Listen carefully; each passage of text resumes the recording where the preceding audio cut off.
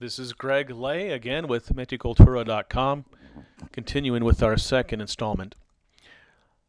When we take a look at how we begin our existence as infants and as small children, we our eyes are actually becoming acclimated to looking at the various shapes and forms around us. Our parents, relatives, siblings, uh, pets, other objects, balls, food, and all of these things come to us in a very general, non-specific formula. So we learn, well, Aristotle says that all children call men father because their first acquaintance is with this human being that is individually called papa or father.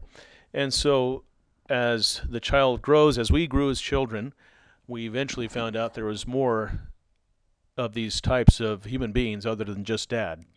So we generally come to what is referred to as a simple apprehension. That's a term in logic, but this is just our acquaintance with the different objects around us. We have to sort of generalize them by the individual instantiations we come across. We come across those, and then we get the general concept. Now, as we grow, we become to through experience, not just merely recognize all the generalities, but we come to more specifics. So we come to the knowledge of good men and bad men. We come to the knowledge of nice ladies and mean ladies.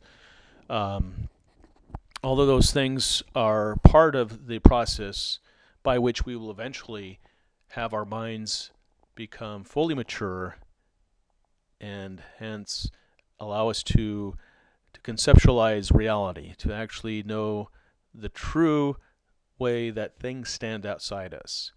Um, Now, when we look at the next phase that we usually do is we start to make connections.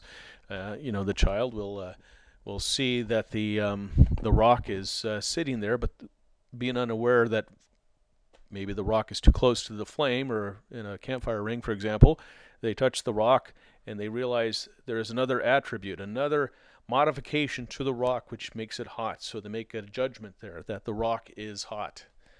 So that's where the first judgments are coming into play for us human beings. As small children, we come to true statements and we come to false statements. If we hear from our friends that the rock is actually cold, and we touch it and it burns our hands, we know that our friends have stated something false, whereas we can for ourselves state, yes, this is true, the rock is actually hot, because I'm actually wincing from pain. Now, that's just sort of a very brief, no difficulty, um, a first approach to, well, I guess to the science of logic, which is essential to our coming to grips with having a mature mind. But I wanted to bring up something, since these videos are going to be fairly short installments, that in the beginning of logic, formulated by Aristotle, practiced by Socrates and Plato, his predecessors, Plato being his teacher, that, and this is true, knowledge is something that is certain. Knowledge, for it to be true knowledge, episteme is the Greek word for it. It is something that can't change from either one generation to the next, or one epoch to the next, one millennium to the next, one century to the next. The famous formulation, of course, is 2 plus 2 is 4, and that's always going to be the case.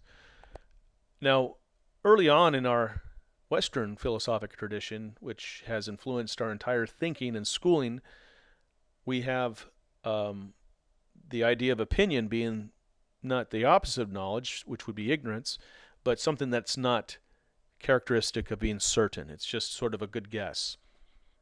And what I think has been sort of a thorn of in our side is that we have looked down upon opinion. In fact, I think even we've confused opinion with the thinking patterns of well, we'll just say the middle class or the poor classes, the uneducated classes, us who are the hoi polloi, as the Greeks would call it. And it is it's something that distinction between truth and opinion is certain. I affirm that it is a valid distinction. But I think that in our Western philosophical or educational tradition, that we have relegated knowledge to mere speculation. Um, Aristotle himself, he brought it up in the physics, it was the ethics, Nicomachean ethics, and he talked about the three speculative sciences: mathematics, physics or cosmology, and theodicy or metaphysics, physics, and mathematics. The more practical sciences would be um, ethics and politics. So those are all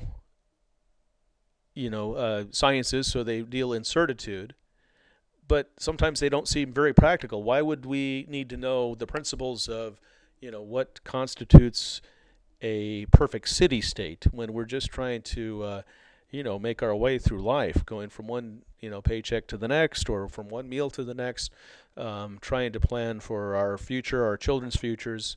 All these things seem to be outside of the realm of science, of certitude, of certain knowledge. And if we go through and analyze the thinking process, which was done early on, 2,300 years ago, I think we can apply it much more appropriately to our daily lives. And these videos are going to be short. I do that for a reason, so they're not so long and carry on. But I think we will eventually see that we can find a method which is something that will be appropriate to our own living circumstances, whether we're a college professor and we're teaching metaphysics or cosmology or physics or metaphysics, or if we're just working at a job as the typical middle class worker.